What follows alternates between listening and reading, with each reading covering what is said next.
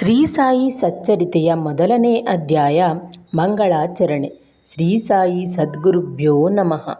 ಸಮರ್ಥಗುರು ಸಾಯಿನಾಥರ ಸಚ್ಚರಿತೆಯನ್ನು ನಿರೂಪಿಸುವ ಮೊದಲು ಶ್ರೀ ಗಣಪತಿ ವಾಗ್ದೇವಿಯರಿಗೆ ನಮಸ್ಕರಿಸೋಣ. ಶ್ರೀ ಗುರುಗಳ ಆತ್ಮೀಯ ಶಿಷ್ಯರಾದ ದಾಭೋಲಕರು ಶ್ರೀ ಸಾಯಿ ಸಚ್ಚರಿತೆಯನ್ನು ರಚಿಸಿದ್ದಾರೆ.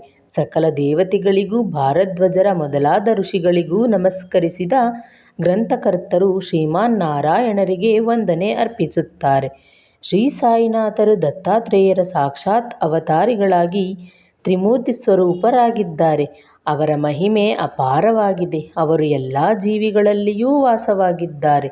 ಶ್ರೀ ದಾಭೋಲಕರರು ಶಿರಡಿಯ ಮಸೀದಿಯಲ್ಲಿ 1910ರಲ್ಲಿ ಶ್ರೀ ಸಾಯಿನಾಥರ ದರ್ಶನ ಪಡೆದರು. ಆಗ ಶ್ರೀ ಸಾಯಿಬಾಬಾ ಗೋಧಿ ಬೀಸುತ್ತಿದ್ದರು. ಬೀಸಿದ ಗೋಧಿಯನ್ನು ಶಿರಡಿಯ ಸುತ್ತಲೂ ಸುರಿದು ಬನ್ನಿರೆಂದಾಗ ಎಲ್ಲರೂ ಆಶ್ಚರ್ಯಗೊಂಡರು. ಗೋಧಿ ಬೀಸುವ ಸಾಯಿ ಲೀಲೆಗೆ ವಿಶೇಷ ಅರ್ಥವಿದೆ.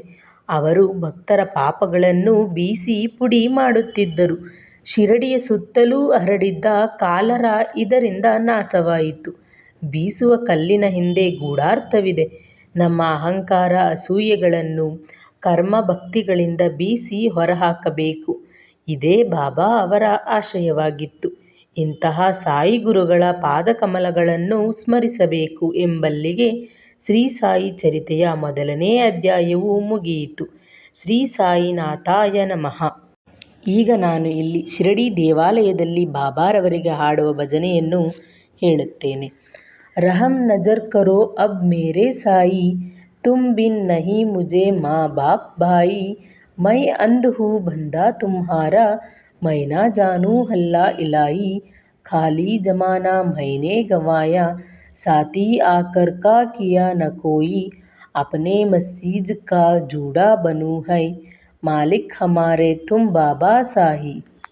ಸಾಯಿಬಾಬಾರವರ ಈ ಮೊದಲನೇ ಅಧ್ಯಾಯವು ನಿಮಗೆ ಇಷ್ಟವಾದಲ್ಲಿ ದಯವಿಟ್ಟು ನಮ್ಮ ಚಾನಲನ್ನು ಸಬ್ಸ್ಕ್ರೈಬ್ ಮಾಡಿಕೊಂಡು ಸಪೋರ್ಟ್ ಮಾಡಿ. ಈ ವಿಡಿಯೋಗೆ ನಿಮ್ಮ ಅನಿಸಿಕೆಯನ್ನು ಕಮೆಂಟ್ ಮಾಡಿ. ಶ್ರೀ ಸಾಯಿಬಾಬಾ ಎಂದು ಕಮೆಂಟ್ ಮಾಡಿ.